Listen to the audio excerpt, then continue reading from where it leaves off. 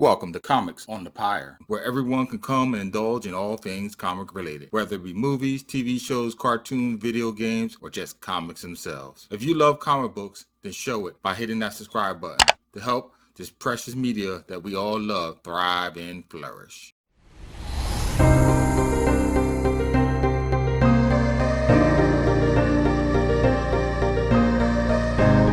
The scene? Pyre Air Force Base, located in Coast City. Hal Jordan, a top-tier jet pilot, stands nonplussed, in shock and awe at the total destruction of his once place of employment. What unsettles him even more is the realization that the monstrosity that took the lives and caused all this devastation did so because of his inability to act. With a heavy heart, the fledgling lantern returns to the site of his newfound powers in hopes of finding a way to stop this deathless giant of doom. Hal knows the longer he takes to find a solution, the more of his loved ones will die. But what can he do? The last time he confronted his pursuer, it ended in devastation and humiliation.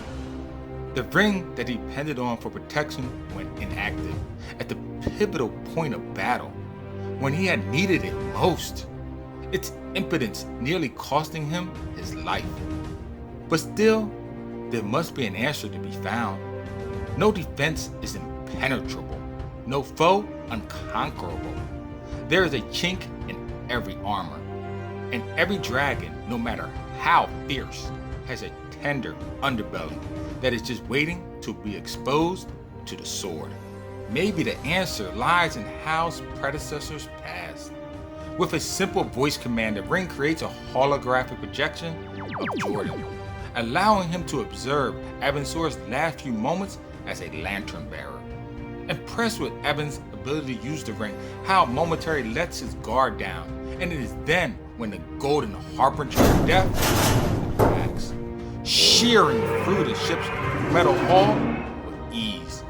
Quickly, with the instincts of a battle-worn veteran, Abin mounts an evasive maneuver, creating an avalanche of debris in his wake. But his fleeing proves ineffective in this confined space. If Abin is to survive, he must find a more efficient and direct way of attack: the airlock. Lying badly beaten and dazed, the once mighty Green Lantern struggles to gain control of his veering ship. Just as he's about to regain control, bam! The hologram is interrupted by the real-life threat. Understanding the mistakes of his predecessor's attack, Hal leads Legion to an energy source with more raw power than his ring. Convinced of his impending death, Jordan vows to go down fighting. If he is to perish this day, it will not be alone. All of hell is coming. Welcome, my comic cronies. Today, I will be going over Green Lantern Emerald Dawn #1, a 6-issue miniseries released in the late 1980s and early 90s. It acts as a soft reboot for the Green Lantern series, particularly retelling Lantern bearer Hal Jordan's origin story. This miniseries, as I mentioned in another video on where to best start reading Green Lantern, is a good ground zero series to start reading Green Lantern, as in just 6 small short issues, it quickly brings you up to speed on everything essential to the Lantern mythos, way before all the really good story arcs begin. You get introduced to key players such as Abinsor, Hal Jordan's Green Lantern predecessor, Tomore, fellow Green Lantern bearer, Salak, keeper of the Book of Oa, Kilowog, who personally trains Hal Jordan on the uses of the ring, and the Guardians themselves, a cobalt pygmy race of cerebral beings who created the Green Lantern ring to impose order on the universe. And lastly, Sinestro, teacher and arch nemesis to Hal Jordan, though present in the story, surprisingly never gets personally identified. Key locations are Pyre Air Force Base, the site of Hal's employment, and of the planet Oa, the homeworld of the Guardians, and therefore the Lantern Rings. Besides all this, the miniseries quickly brushes you up on all the abilities of the rings themselves. They can talk, offering suggestions to his bearers.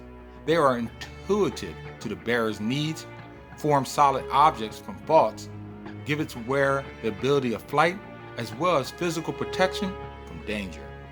But what you learn most importantly is of the ring's weakness to the color yellow, which the reader will not learn of the reason why until much later on into the lantern's history. Other important items you learn about are the Book of Oa, a massive book held at the Citadel of Oa. Created long ago, the book contains the history of the Guardians of the Universe and the Green Lantern Corps itself. The Lantern Power Battery, a power source that recharges the lantern rings, and of the lantern rings themselves, also known as the Power Ring. A piece of jewelry that grants the wearer incredible and incomprehensible power due to the wearer's ability to harness it by the sheer will. Though the only weakness is that they must be recharged by a lantern power battery every 24 hours or else they lose all power. See what I mean by Emerald Dawn being a good place to start reading Green Lantern? I have gone through a list of some of the things that this series has to offer, and there are some other things I still didn't include due to time restraints, leaving you the viewer the perfect excuse to go find and read this miniseries for yourself. That is not to say that this miniseries is perfect, as there are a few inconsistencies in the story. Like, how did Legion get off his home planet if there was a force field encapsulating it? How did Legion wind up on a distant planet after an atomic explosion? And what I consider the laziest loophole in storytelling, how can a being that can track a lantern across the galaxy suddenly lose sight of his target once the ring loses its power? He still saw the ring bearer use the ring. Despite these obvious flaws, I still give the series a 4.0 out of 5, a great read ranking, because of all of the other details that it has to offer. Well, that's it for now. Until next time, please visit my YouTube channel, Comics on the Pyre, and fellow YouTuber 2nd Street Marvel for other videos like this one. Tap on that bell icon before you go, and oh yes, until next time, as always, keep reading, my friends.